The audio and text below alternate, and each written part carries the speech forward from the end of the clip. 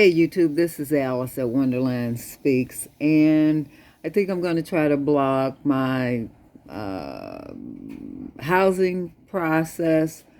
I don't know, maybe 2 or 3 years ago, I thought about moving, maybe relocating, but I couldn't make up my mind. So since I couldn't, I decided to literally take a plane. It was really impulsive, and it was like in January. And this was before the pandemic shut down. This was actually in January of 20. I hadn't even retired yet. Everything was still functioning.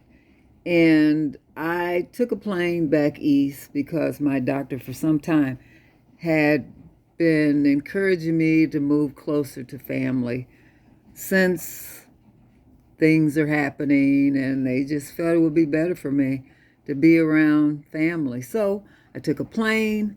I went back east and decided to apply for some housing. And for those of you who don't know, housing is can be a very lengthy, timely process. It's one of those hurry up and wait things. So I thought, okay, I know it's going to be a while, so I'll just go ahead and fill out the applications, and maybe by the time I make up my mind, maybe they'll have something. Well, here we are. It's almost 23, so it's been 3 years. But meanwhile, this year, I literally I did something I've never done before. And I literally must have put in maybe 12 applications. Uh, one here in my county, in Nevada, but I did a lot of research in Ohio because I wanted to see what I could what I could make happen. And oh God, you talk about a circus. This was something I had never done before, which was, it had been suggested to me to apply for Section 8. I didn't know anything about Section 8. Nothing.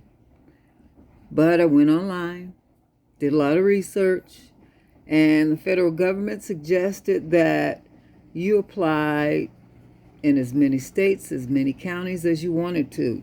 By doing that, you certainly you have a better chance at getting a placement sooner.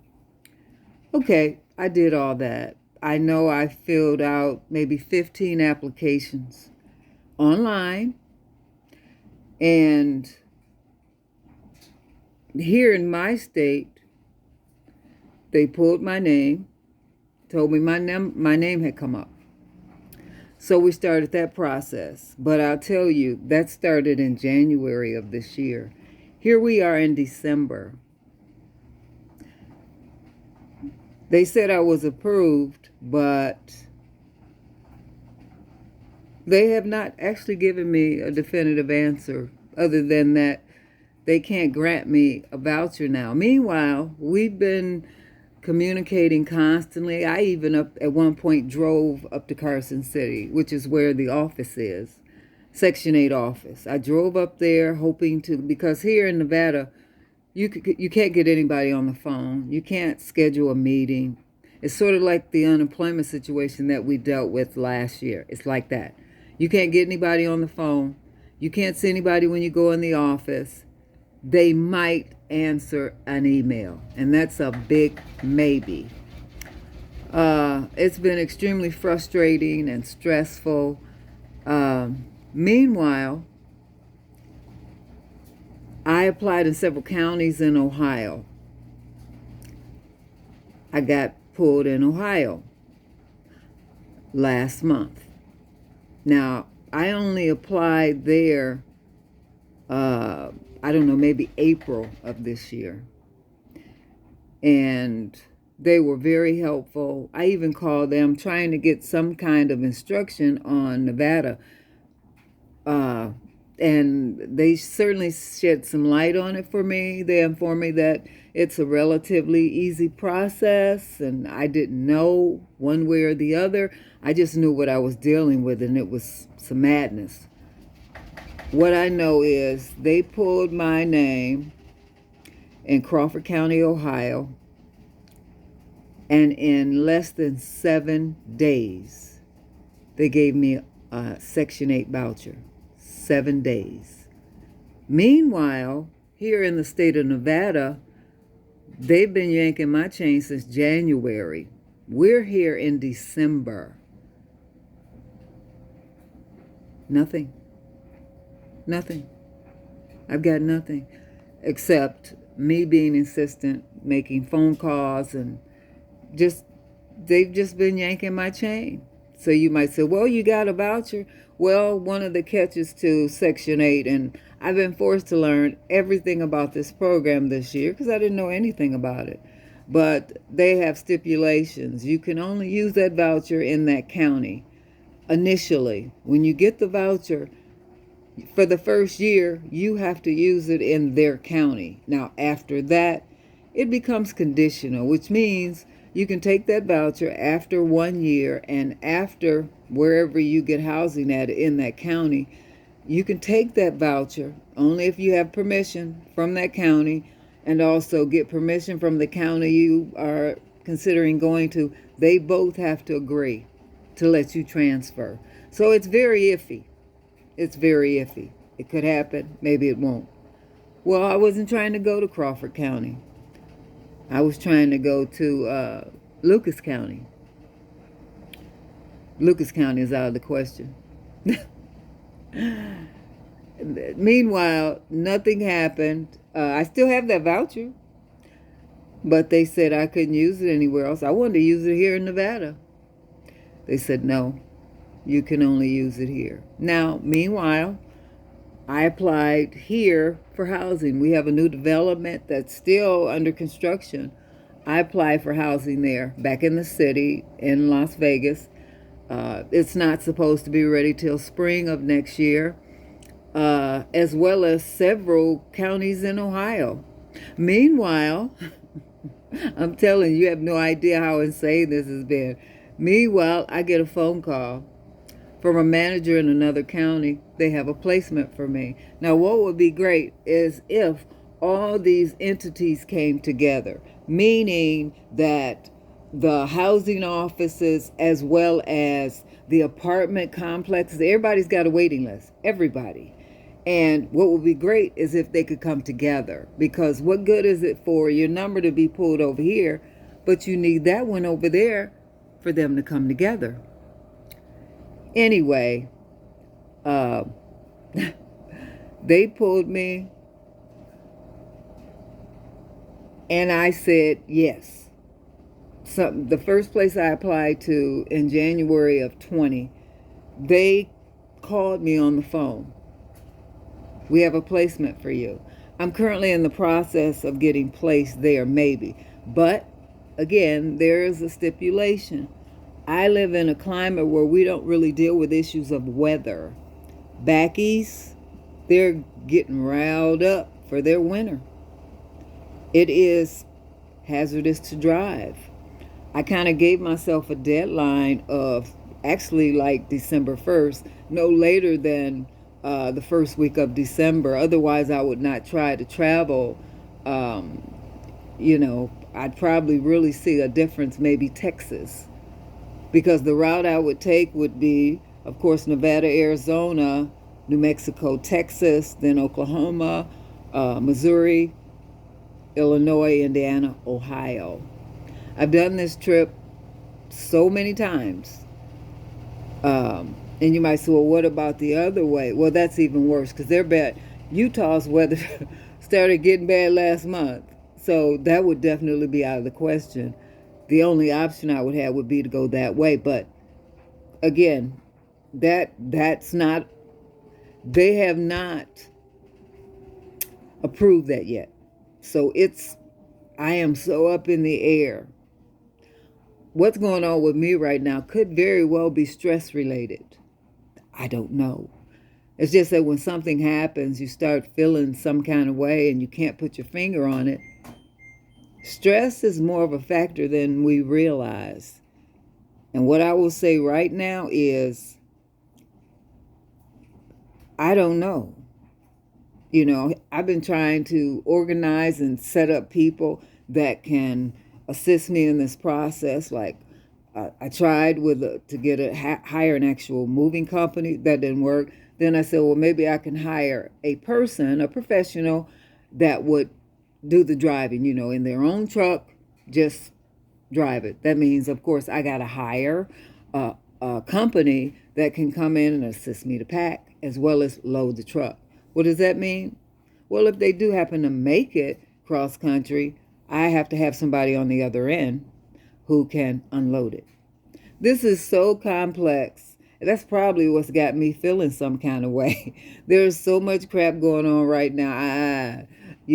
I just have to remove myself from all the craziness. But the moral of the story is, anybody got any questions about Section 8 that they maybe are fuzzy about, they can reach out to me, because I've been forced to learn this whole little bitty process whether I wanted to or not.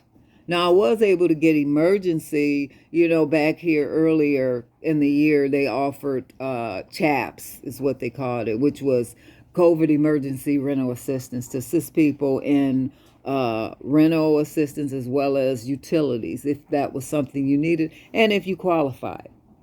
Well, I got approved for that right away because, of course, my shutdown started with the virus in 20. Well, the end of 20, because that's when I retired, like October of 2020. So I got approved for unemployment because, of course, I had worked then, I didn't work, and I haven't worked since. So I've been retired because of COVID since the shutdown. So that qualifies me for emergency assistance. Meanwhile, every county has a different guideline.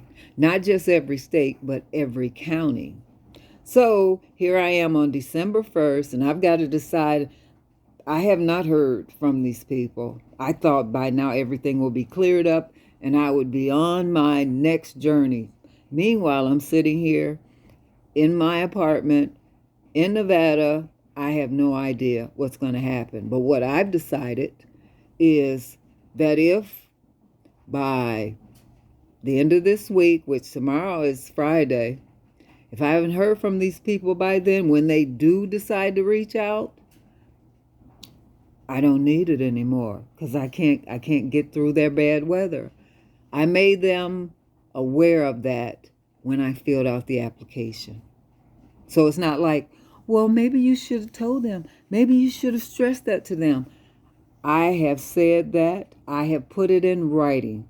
And everything that I have communicated to everyone all across this country, that has been in my documentation. So everybody knew. Everybody. Meanwhile, I get a phone call today from another apartment complex in Ohio. Somebody who's been dangling my string for, I don't know, 2 years. This year alone, they've had me refill out my application 3 times. This year alone, just this year. I guess if I think about it, that probably is what has got me all twisted up and feeling sluggish. I got a lot going on. So if anybody's got any suggestions about my madness, or if they've got any questions about all this craziness, please reach out, send me your comments, your questions. I will certainly answer what I can. And please give me your strength, your understanding, and absolutely your prayers for guidance and clarity. Of course, I am praying. I have put all this in God's hands because that's where it goes. As I've said, if this thing works out, when it does work out, that's in His hands.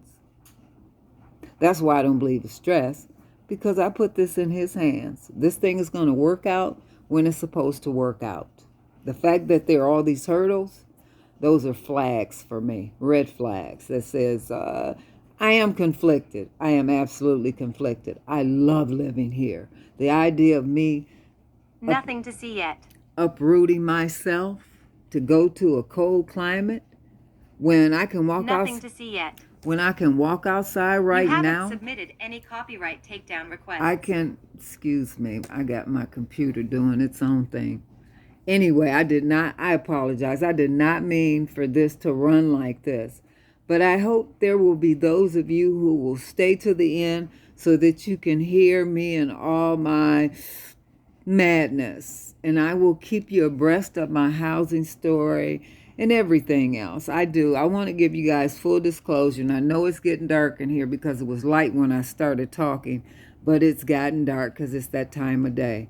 But again, you guys, I want to thank everyone who has subscribed to my channel, and I want you guys to continue to follow me. And those of you who are watching for the first time, please like, subscribe, and share. And post any questions you may have about Section 8 or moving. I know I can answer any questions you have. Again, this is Alice at Wonderland Speaks. Please pray for me.